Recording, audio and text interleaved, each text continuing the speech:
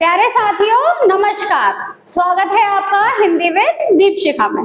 तो बच्चों आज हम करने वाले हैं आपके क्लास 10 क्षितिज का संगतकार जो लिखा है मंगलेश डबराल जी ने। देखिए बच्चों ये है मंगलेश डबराल जी। मंगलेश डबराल जी का जन्म हुआ था बच्चों टिहरी गढ़वाल में। ये कहाँ पे है? उत्तराखंड में। इन्होंने बच्चों हिंदी साहित्य के लिए काफी सारे कविता संग्रह प्रकाशित किए। कौन कौन से? जैसे देखिए पहाड़ पर लालटेन, घर का रास्ता, हम जो दिखते हैं, आवाज भी एक जगह। बच्चों मंगलेश डबराल जी की यह जो कविता है कौन सी? संगतकार। तो संगतकार में बच्चों ये क्या बताते हैं? हर किसी के एक महत्वपूर्ण हिस्से का वर्णन करते हुए मंगलेश डबराल जी कहते हैं कि इस दुनिया में जो भी कुछ अस्तित्व में है उसका खुद का एक महत्व है। जैसे देखिए आपने कभी भी देखा होगा किसी भी प्रोग्राम में जब कोई मंडली आती है ना, गाने बजाने वाले आते हैं, पूरी की पूरी टीम होती है, उसमें बच्चों एक होते हैं लीडर जो मेन सिंगर होते हैं, लेकिन उनका साथ देने के लिए एक भैया और होते हैं, या तो भैया होंगे या दीदी होंगी, कोई भी होंगे, और या तो वो किसी म्यूजिक इंस्ट्रूमेंट के साथ में होते हैं, जैसे हारमोनियम पे होंगे, ढोलक पे होंगे, तबले पे होंगे, या फिर उनके हाथ में माइक होगा। वो मेन जो सिंगर है, जो लीडर है, उसका साथ देने के लिए होते हैं। तो उनका भी एक अहम रोल है बच्चों। उनके रोल का ही वर्णन करती हुई कि उनकी क्या भूमिका है, उसी का वर्णन करती हुई है ये मंगलेश डबराल जी की कविता संगतकार। तो संगतकार बच्चों आप समझ गए, संगतकार साथ में संगत करने वाला। कौन होता है बच्चों संगतकार? साथ में संगत करने वाला। संगत मतलब जो कोई गा रहा है, बजा रहा है, उसका साथ देने वाला जो होता है वो होता है संगतकार। देखिए अब मैं आपको बताती हूँ कि उसका क्या क्या इंपॉर्टेंट है। कि मंगलेश डबराल जी कहते हैं मुख्य गायक के चट्टान जैसे भारी स्वर का साथ देती वह आवाज सुंदर, कमजोर, कांपती हुई थी। क्या कहते हैं कि जो मेन रोल में होता है, जो लीडर होता है, उनका जो मुख्य गायक होता है बच्चों, उसकी आवाज कैसी होती है? एकदम चट्टान जैसी भारी होती है, बुलंद आवाज होती है कि जैसे ही वो गाना शुरू करता है, जितनी भी ऑडियंस होती है, जो सुनने वाले होते हैं, उनके सबके रोंगटे खड़े हो जाते हैं, है ना। तो वो कैसी आवाज होती है? चट्टान जैसी भारी। लेकिन अगले ही पल जब उसका साथ देने के लिए, उनके पीछे पीछे गाने के लिए जिस संगतकार की आवाज होती है बच्चों, वह कैसी होती है? सुंदर, कमजोर, कांपती हुई सी, है ना। जैसे देखिए कोई भैया आए, कोई दीदी आई, उन्होंने एकदम से शुरू करा कोई भी भजन, कोई भी गाना, जैसे राधे तेरे चरणों की गर धूल जो मिल जाए, तो पीछे से संगतकार एकदम हल्की सी, मीठी सी, कांपती स्वर में गाता है राधे तेरे चरणों की गर धूल जो मिल जाए, है ना बच्चों। आपने देखा होगा अंतर। देखिए कि जो मुख्य गायक है उसकी आवाज होती है चट्टान जैसी भारी, मतलब जो गाने को प्रारंभ कर रहा है, जो स्टार्ट कर रहा है, उसके पीछे ही संगतकार की आवाज होती है हल्की, मध्यम, मीठी मीठी, कांपती हुई सी। फिर कहते हैं डबराल जी वह मुख्य गायक का छोटा भाई है या उसका शिष्य या पैदल चलकर सीखने वाला, आने वाला दूर का कोई रिश्तेदार। देखिए बच्चों जब कोई भी टीम आती है, कोई मंडली आती है, तो जैसे जो मेन गायक होता है, मुख्य गायक शुरू करता है, और उसके पीछे जो संगतकार होता है, जो उसका साथ देने के लिए आज आया हुआ है, जैसे ही वो गाता है तो वहां बैठी सारी ऑडियंस का एक अपना अनुभव होता है। कोई कहेगा ये उसका छोटा भाई है, कोई कहता है कि ये गुरु है, ये शिष्य है, कोई कहता है कि नहीं नहीं ये तो अभी सीख ही रहा है। है ना। तो इसी तरह डबराल जी कहते हैं कि यह इसका छोटा भाई है या इसका शिष्य है या अभी तक पैदल चलकर कोई आने वाला ऐसा शिष्य है कि जो अभी सीख ही रहा है, जो रोज मेहनत करता है, डेली आता है, चाहे पैदल आए चाहे साइकिल से आए, और इसका आकर साथ देता है। फिर कहते हैं मुख्य गायक की गरज में वह अपनी गूंज मिलाता आया है प्राचीन काल से।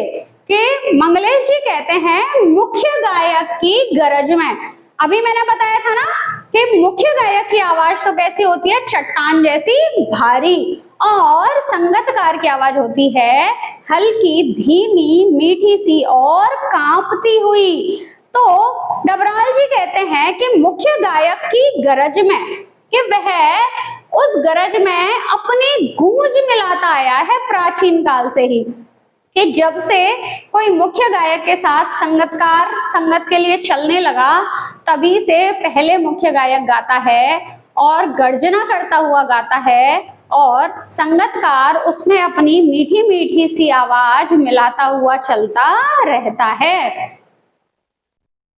फिर देखिए क्या कहते हैं, गायक जब अंतरे की जटिल तानों के जंगल में खो चुका होता है या अपने ही सरगम को लांघ कर चला जाता है भटकता हुआ एक अनहद में। देखिए प्राचीन काल मतलब पुराने समय से ही। तो कहते हैं गायक जब अंतरे की जटिल तानों के जंगल में खो चुका होता है, कि जब मुख्य गायक, अंतरा मतलब बच्चों पद, कड़ी, जो एक कड़ी आती है जैसे स्टैंजा जो होता है ना वो, कि जब मुख्य गायक किसी कड़ी में चला जाता है और अपने सुर ताल इस तरीके से लगाने लगता है कि वह ऐसे मानो कि जटिल तानों में खुद को भूल गया हो। जैसे देखिए मुख्य गायक पूरा सरगम ले, या राधे तेरे चरणों की गर धूल जो मिल जाए, ऐसे जब वह जटिल तानों के जंगल में खो चुका हो या अपने ही सरगम को लांघे, अब ये तो सरगम नहीं थी, गाना तो उसको अलग तरीके से था, लेकिन अपने सरगम, सरगम मतलब सारे गामा पा धा नी सा, है ना, तो उसको लांघकर ऐसा लगता है दूरी कहीं निकल गया, कहीं भटक गया, है ना, कोई अनहद में स्वरों के जाल में वो भटक गया। तब संगतकार क्या करता है बच्चों, तब संगतकार ही स्थाई को संभाले रहता है। तो संगतकार के दिमाग में हमेशा याद रहता है कि कहाँ से हमें शुरू करना है और कहाँ पर हमें खत्म करना है। तो वह उस स्थाई को, स्थाई मतलब जहां से कोई भी गाना प्रारंभ किया गया था, उसको कौन पकड़ के रखता है बच्चों, संगतकार, है ना। तो उसको लौटा के लेके आता है कि भाई हमें इधर नहीं जाना, हमें इतनी ऊंची ताल नहीं लेनी, हमें स्लो रहना है। जैसे मुख्य गायक ने कोई खो गया कि मिल जाए,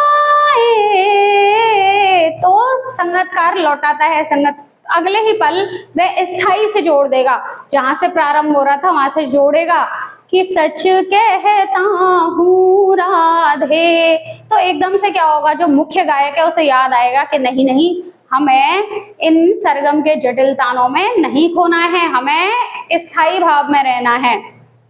फिर कहते हैं जैसे समेटता हो मुख्य गायक का पीछे छूटा हुआ सामान, जैसे उसे याद दिलाता हो उसका बचपन जब वह नौसिखिया था। तो कहते हैं संगतकार उस समय उसको ऐसे ही संभालता है, जैसे कई बार क्या होता है कि हम चल देते हैं और पीछे अपना सामान छोड़ते जाते हैं, है ना।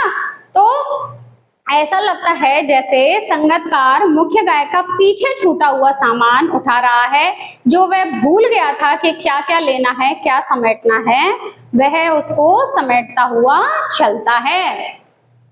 और उस समय ऐसा प्रतीत होता है जैसे उसको याद दिला रहा है, क्या याद दिला रहा है, उसके बचपन के दिन जब वह नौसिखिया था, मतलब जब वह अनजान था, ज्यादा उसको ज्ञान नहीं था, उस समय को वो याद दिलाता है कि अरे अरे जब तुम सीखते थे, जब ऐसे ही गलतियां करते थे, लेकिन ऐसे गलतियां नहीं करनी है। तार सप्तक में जब बैठने लगता है उसका गला, प्रेरणा साथ छोड़ती हुई उत्साह अस्त होता हुआ, कहते हैं ताड़ सप्तक में जब बैठने लगता है उसका गला। क्या होता है बच्चों, जब मुख्य गायक बहुत ऊंचे स्वर लगा लेता है तो उसका गला एकदम बैठने लग जाता है, आवाज भर्रा जाती है ना।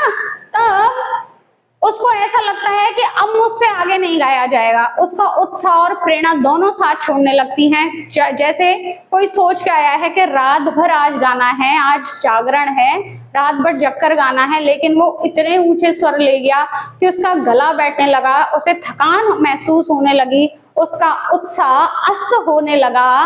तब क्या करता है संगीतकार, आवाज से राख जैसा कुछ गिरता हुआ, तभी मुख्य गायक को ढाढ़स बधाता कहीं से चला आता है संगीतकार का स्वर।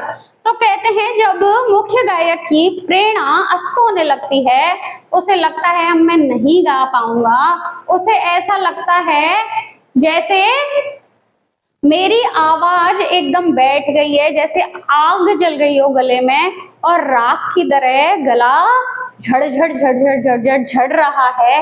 तभी संगीतकार की आवाज आती है जैसे मुख्य गायक को ढाढ़स बंधा रहा हो, अरे अरे मैं हूं ना तुम्हारे साथ, चलो चलो गाओ, तुम थोड़ा स्लो हो जाओ, तुम थोड़ा ब्रेक लो, मैं गा लेता हूँ। जैसे उसने गाया और वो एकदम गला उसका थक गया, सच कहता हूँ राधे तकदीर बदल जाए, अब उससे आगे नहीं गाया जा रहा, उसको ऐसा लगा है कि मेरे गले में आग लग गई है, राख की तरह कुछ धंसने लगा है, मेरा गला बैठ गया है, मेरी प्रेरणा साथ छोड़ रही है।